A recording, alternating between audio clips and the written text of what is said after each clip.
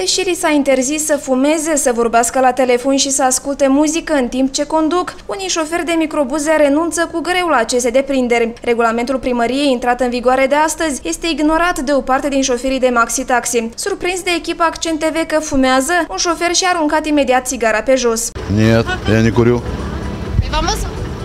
Я не kuriu вообще в microbus. Țigările 100 de lei, atunci n-ați mai luat prins-o și o vândut. Și la fiecare om să pui polițai, trebuie să aibă совесть în cap. Da, ascultă muzică la radio.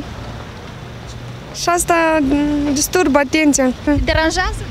Da, pentru că nu este atent și poate să facă accidente. Și este periculos pentru noi.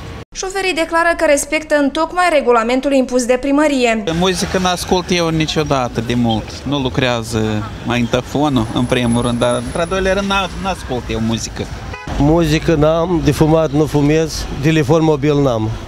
Eu nu știu care lume vă spune, sunt și o lume rău este, care nu mai vor să facă rău așa la șoferi. Las facă ordine aici, ordine la piață, ia că noi nu putem să dăm și în mijloc drumului și tot așa narușim. De fumat noi nu fumăm toate. Cred că mers normal. Și nu vor să aibă folos oamenii, dar vor șoferii. Aceștia au și susținători, este vorba de bărbații care strigă în stații destinația și traseul microbuzelor.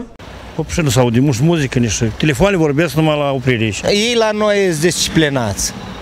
Nu fumează, muzica nu lucrează la dânsii. Și pasagerii spun că șoferii au devenit mai atenți la volan. S-a venit numai cu o roțigheră și n-a fumat șoferul. Sper să fie spre bine. Să vede schimbarea. Spre bine, sperăm, pentru asigurarea călătorilor. Așa ar fi mai multă cultură și educație la noi în țară și șoferii ar fi mai atenți la volan.